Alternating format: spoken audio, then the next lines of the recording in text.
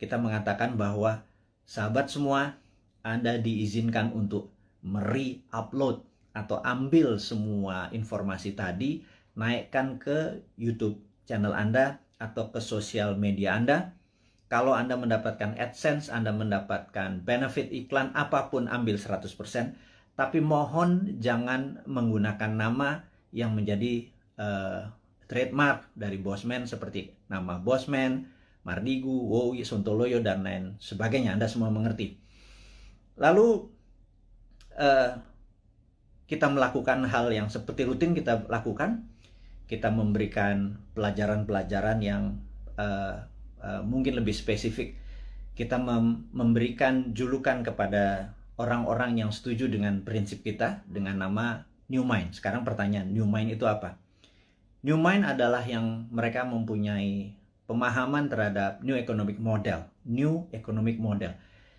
Kita adalah kaum secara ekonomi tidak lagi berkiblat pada Adam Smith dan Keynesian. Kita menyebut diri kita adalah post-Keynesian atau Keynesian yang sudah kita lewati. Dan mazhab kita ini dipakai oleh Michael Hudson atau Hudsonian. Michael Hudson dengan Hudson Institute-nya tahun 1971 menyarankan pemerintahan Nixon untuk melepas jaminan emas dalam memprinting dolar. Kemudian menggunakan petroleum untuk printing money sebagai underlying dolar, dan hutang negara-negara lain untuk printing dolar.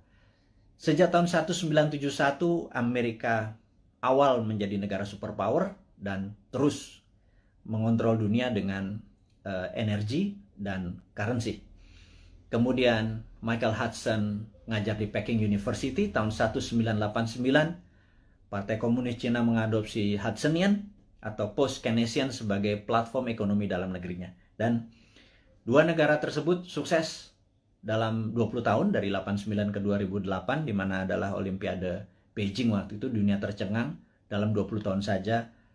China atau Tiongkok sudah menjadi negara sangat besar atau superpower. Dan dua negara tadi, Amerika dan Tiongkok, menggunakan New Economic Model berbasis ajaran dari Michael Hudson, yang saat ini yang terkenal adalah muridnya namanya Stephanie Kelton. Dan itulah orang-orang yang kalau nanti 2024 kita mendapatkan kepercayaan, mungkin penasihat ekonomi kita adalah Michael Hudson dan Stephanie Kelton yang akan membawa Indonesia menjadi punya model baru, New Economic Model, di mana kita mungkin negara kita tidak ada interest atau bunga lagi, pajak turun gitu ya, berbeda dengan sekarang yang pajaknya naik. Hal ini adalah karena kita New Economic Model. Jadi New Economic Model kita menyebut diri kita sebagai New Mind. Kemudian New Mind memahami apa yang namanya geopolitik. Geopolitik adalah sebuah kekuatan geografi dari negara kita untuk kekuatan berpolitik terhadap negara-negara lain. Jadi saat ini misalnya kekuatan geografi kita untuk politik untuk menekan Singapura, menekan ASEAN, menjadi kekuatan di tengah, memanfaatkan Selat Malaka untuk keuntungan ekonomi, saat ini tidak dilakukan selama 20 tahun pemerintahan yang ada. Kenapa saya sebut 20 tahun? Karena 20 tahun adalah ukuran yang harus kita patokkan. Jadi Dubai dibangun dalam 20 tahun, Beijing dibangun 20 tahun, Tiongkok, kemudian banyak negara yang dalam 20 tahun menjadi negara besar. Jadi kita tanya sekali lagi, Ibu Mega, alhamdulillah Anda sudah 3 tahun menjabat sebagai presiden ke-5, kemudian Pak SBY selama 10 tahun, terima kasih Anda sudah 10 tahun membawa negara ini. Kemudian terakhir adalah saat ini Pak Jokowi dengan 7 tahun, jadi total sudah 20 tahun. Pertanyaan dari kaum New Mind kepada Anda semua yang kami menganggap tidak berbeda haluan ekonominya, kita bicara ekonomi dulu ya, adalah tidak berhasil membawa Indonesia untuk menjadi negara superpower. Dan kemudian tahun 2024 ada 3 informasi yang kita bisa share. Nomor 1 adalah ada isu bahwa akan diperpanjang 3 masa jabatan. Jadi incumbent bisa men-challenge lagi dirinya, dan di sini saya ragu apakah nanti tahun 2024 Anda menang juga gitu ya. Tapi nggak apa-apa, itu adalah fair fight. Jadi kalau kita nih kaum New Mind mendadak nanti challenge-nya dengan incumbent, mungkin menarik karena kita menang atau kalah pun dari yang the best gitu ya. Kemudian ada isu kedua, yaitu tidak 3 kali masa jabatan tetapi ditambah 3 tahun, seperti halnya waktu itu FDR, Franklin Delano Roosevelt, karena Perang Dunia Kedua terjadi di Amerika, dia harus memperpanjang jadi 4 kali. Jadi satu-satunya presiden yang 4 kali masa jabatan dikarenakan di extend jabatannya. Jadi minta di extend 3 tahun karena mungkin tahun 2020, 2021, 2022 masa pandemi ini tidak perform, jadi minta jabatan 3 tahun. Dan baik itu jabatan 3 tahun ditambah, walaupun nanti 5 tahun lagi, 5 tahun lagi, atau 3 kali masa jabatan, itu keduanya harus MPR putuskan dan DPR. Jadi saya yakin Anda bisa lakukan karena DPR saat ini sudah Anda kuasai, ditambah PAN bergabung, jadi udah 82% suara Anda. Pasti Anda bisa ubah ini semua semau-mau dan sependapat Anda. Nggak apa-apa, itu free fight, itu pasar bebas, itu adalah demokrasi, kita nggak perlu marah. Selama ini adalah kemufakatan dari beberapa pejabat di atas sana. Jadi selama kita bisa bertanding nanti di 2024, ya kita nggak apa-apa juga, mau itu 3 kali masa jabatan. Tapi ya kalau diperpanjang 3 tahun itu berbeda gitu ya, kita akan bertemu di 2027 gitu ya. Nah, dengan masuknya PAN, kayaknya konstelasi politik bergeser. Apakah PAN masuk kabinet seperti informasi yang kita ketahui? Apakah Pak Zul masuk atau Mas Sutrisno Bahir masuk? Mungkin Menko Kesra, saya nggak tahu. Saya cuman mengira-ngira aja. Kemudian Pak Hadi, Panglima kita yang mendekati masa pensiun, apakah dia masuk kabinet?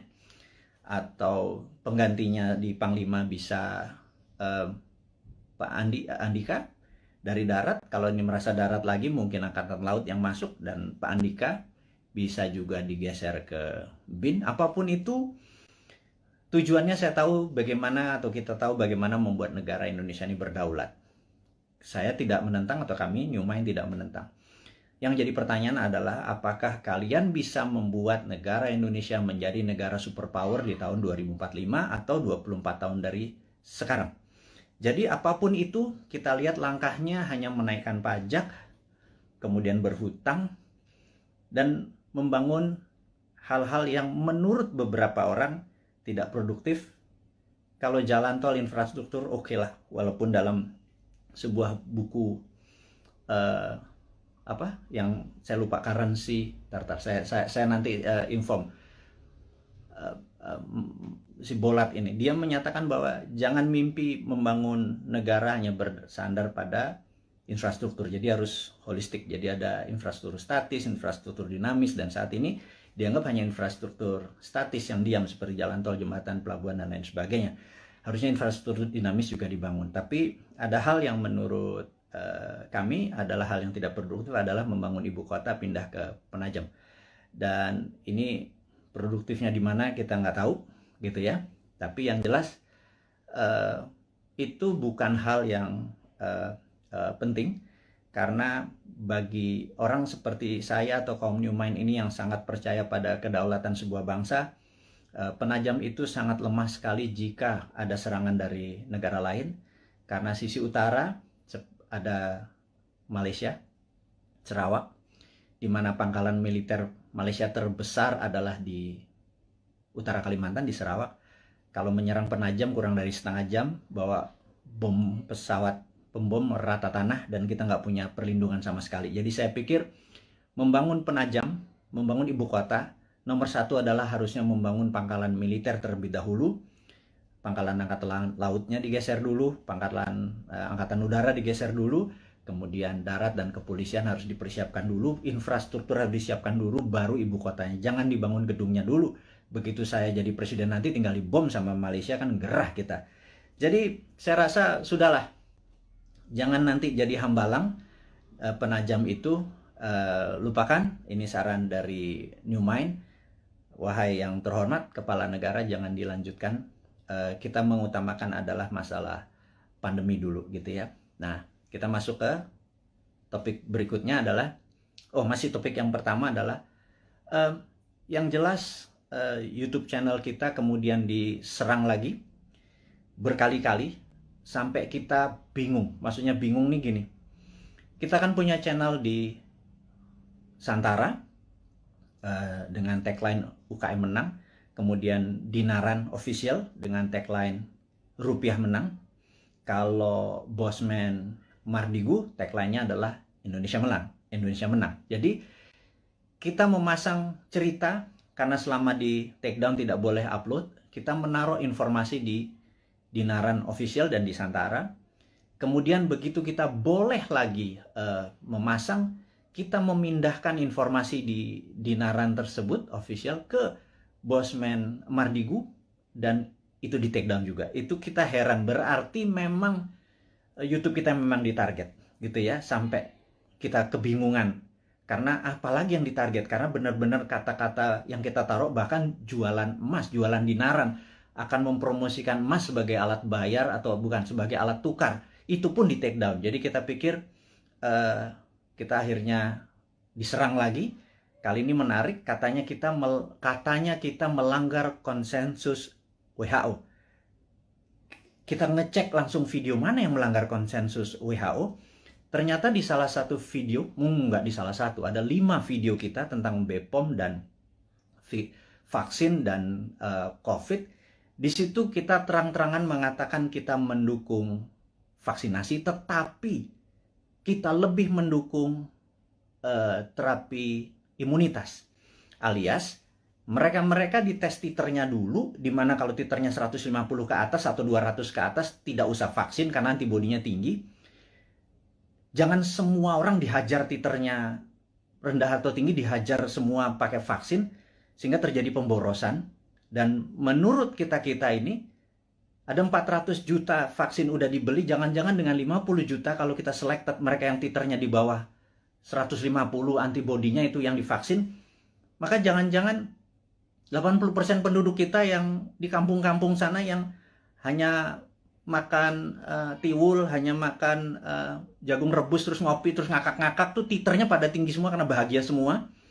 Sementara yang bermasalah nyara orang di kota dan pejabat-pejabat, terutama politikus yang titernya rendah walaupun makannya enak, mungkin karena duitnya nggak halal kali ya, mereka yang dikasih vaksin gitu. Nah, ternyata kita mempromosikan imunoterapi atau terapi imunitas itu dianggap melanggar konsensus WHO, dan kita di take down lagi. Jadi kita mulai mempelajari apa sih konsensus WHO. Ternyata konsensus WHO itu adalah vaksin itu suggested, atau dalam bahasa Indonesianya vaksin itu disarankan.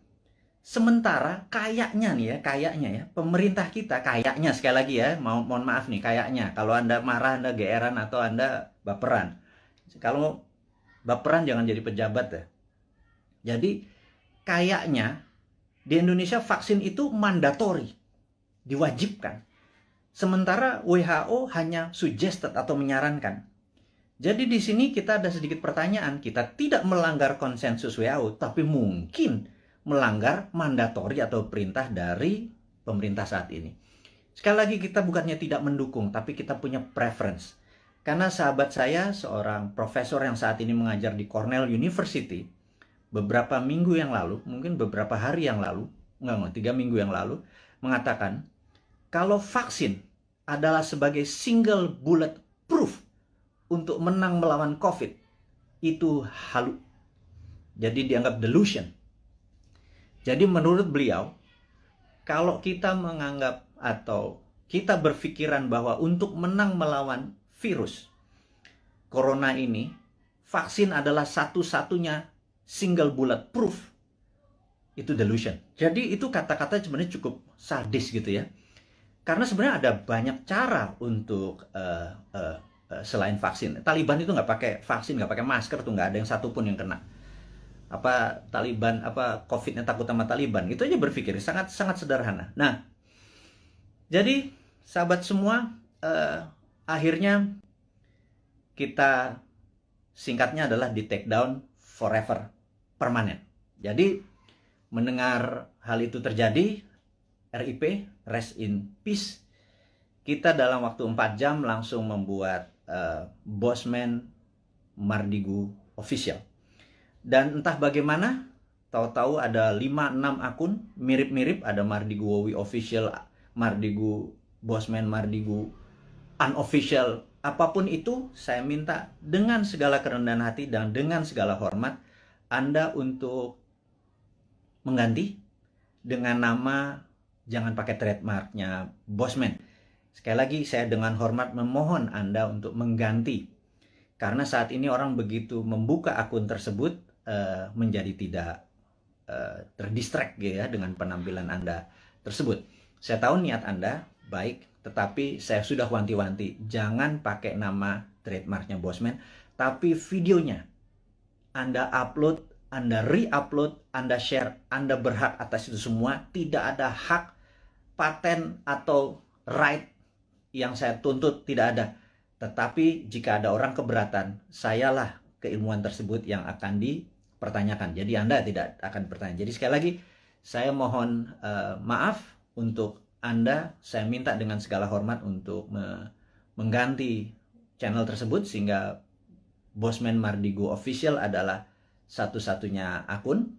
Dan ke depan kita akan punya gaya lain, punya genre lain, punya aliran lain, demi membuat Anda semua mengerti otot atau muscle knowledge atau otot bernegara yang lain yang akan kita ajarkan, yang akan membuat kita menjadi negara besar superpower di 2045. Dan di sini Anda akan selalu mendengarkan kata-kata berulang, yaitu New Mind 1, nomor 2 adalah 024, di mana kita target 024 adalah New Mind sudah mendapat mandat. Itu bukan berarti Bossman atau seorang Mardigu menjadi presiden, tapi kita berharap dalam 3 tahun ke depan, ya, kemarin kita udah punya 171 juta viewer. Kalau satu orang menonton 10 video Bossman, maka ada 17 juta sahabat Indonesia yang sudah menonton video Bossman. Kalau kita menarget 1 miliar viewer dengan teman-teman, ada sekitar 100 akun bersama-sama. Kalau 1 miliar viewer ditonton, maka kalau satu orang nonton 10, ada 100 juta warga Indonesia sudah terkena dengan New Mind. Saya harapkan secara pribadi 70% menerima konsep tersebut. Kalau 70% menerima konsep tersebut, ada sekitar 70 jutaan orang. Itu sudah hampir 50% dari mata pilih di 2024. Dan inilah yang menentukan course atau Indonesia mau kemana nantinya. Maksudnya begini, sahabat semua, sahabat muda, saya mengkhususkan Anda yang berjiwa muda dan masih muda, yang saat ini umurnya 40 tahun paling tua atau 40 tahun ke bawah. 3 tahun lagi paling tua adalah 43, 45 mungkin ya. Dan Anda yang berusia 45 tahun ke bawah, di tahun 2024 Anda adalah merupakan 71% mata pilih. Sebenarnya Anda lah yang menentukan negara Indonesia ini mau kemana. Masih bergantung pada IMF? Monggo. Masih berhutang? Monggo. Pilih aja siapa-siapa yang kira-kira mirip-mirip dengan genre-genre atau aliran 3 presiden terakhir. Pak Bu Mega, Pak SBY, dan Pak Jokowi gitu ya. Atau Pak Jokowi itu sendiri. Jadi, kalau Anda masih mau miring ke Tiongkok, pilihlah yang kita sebut para old mind. Jadi, kalau nanti di 2024 Anda masih memilih old mind, ya nggak apa-apa juga gitu ya. Ya sudah, saya secara pribadi tidak kalah, tidak menang. Tapi saya akan bilang ke anak cucu kita atau kita semua ya saat ini, yang hampir 7.000 sahabat yang saat ini bersama-sama menonton live IG-nya Bossman ini. Saya mohon dengan amat sangat, Anda fight untuk hak Anda fight untuk cucu turunan Anda, sehingga nanti Anda berkata bahwa anakku atau cucuku, dulu eyang, dulu mbah, dulu Pak Ade, dulu apapun itu, kita fight untuk membawa Indonesia dengan memberi pelajaran baru supaya Indonesia menjadi negara berdaulat superpower di 2045. Tapi kami kalah. Di 2024 ternyata yang dipilih adalah old mind juga. It worth a fight. Jadi kita bisa punya cerita bahwa been there done that, ya gue kalah gitu ya. Tapi kalau kita menang, percayalah, New Mind akan membuat Indonesia menjadi negara superpower di 2045. Detailnya kita selalu urai di dalam 1000 video ke depan dalam 3 tahun, 1000 itu hampir 3 tahun. Itu akan mengurai dengan rinci apa yang harus kita lakukan mulai dari sekarang sampai 2024, dari 2024 sampai 2045. Kita rinci bagaimana Indonesia untuk menjadi negara superpower year to year-nya. 2025-nya ngapain, 2026-nya ngapain. Saya tidak yakin bahwa satu orang pun yang saat ini mencalonkan atau ingin menari menjadi presiden atau menjadi wakil presiden di 2024 punya konsep untuk membuat Indonesia menjadi negara superpower. Saya ragukan itu. Karena yang mereka lakukan adalah populerisme. Ingin menjadi populer, dengan populer mereka diharapkan mengambil hati rakyat, terus mereka memilih. Yakin kita nanti begitu dia jadi, dia bingung mau diapain negara ini, gitu ya. Beda dengan New Mind. New Mind tidak ingin menari untuk menjadi presiden, tetapi konsepnya yang akan kita bawa agar siapapun yang nanti menari di 2024 membawa konsep ini yang akan membawa Indonesia menjadi negara superpower di tahun 2045. Itu 24 tahun dari sekarang. Jadi kita harus bersiap-siap menuju ke tahun 2045, dan kalau kita mundur 2029 atau 2034 telat kita ya, sekali lagi. Nah, sahabat semua, jadi saya rangkum sesi pertama, yaitu mengingatkan untuk Anda mensubscribe Bosman Mardigu Official, dan tolong sebar dan viralkan. Kemudian isinya mau di re-upload di YouTube channel Anda atas nama Anda pribadi, monggo. Karena kita akan fight dalam jangka panjang. Dan jangan lupa Anda harus mempromosikan Anda punya YouTube, IG tadi, dan lain sebagainya. Karena jangan Anda menunggu bola, Anda hanya menggunakan video Bosman, harus terus mengharapkan orang nonton, kemudian mengharapkan AdSense. Nggak bisa begitu. Anda harus berkeringat untuk apapun yang Anda dapat.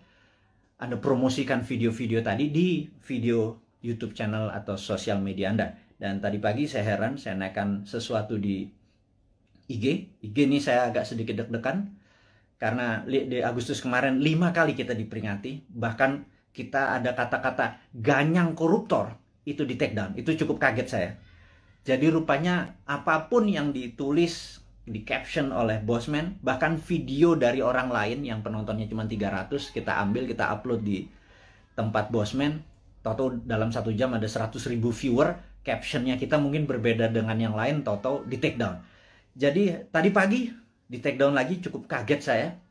Dan kalau itu di take down lagi membuat resiko IG kita yang 2,1 juta follower ini juga beresiko seperti 1,5 juta subscriber dari YouTube. Jadi, tapi apakah kita akan give up atau menyerah? Sahabat semua, perjuangan kita tidak akan pernah menyerah walaupun kita mulai dari nol lagi, tetapi ilmu-ilmu kita dan ini pelajaran-pelajaran kita akan terus berikan. Kita tidak melawan, tetapi kita akan bekerja dengan dengan semangat kaum New Mind. New Mind itu nggak ada matinya. Die hard New Mind itu nggak ada matinya. Nah, sahabat semua, kita akan membicarakan topik baru.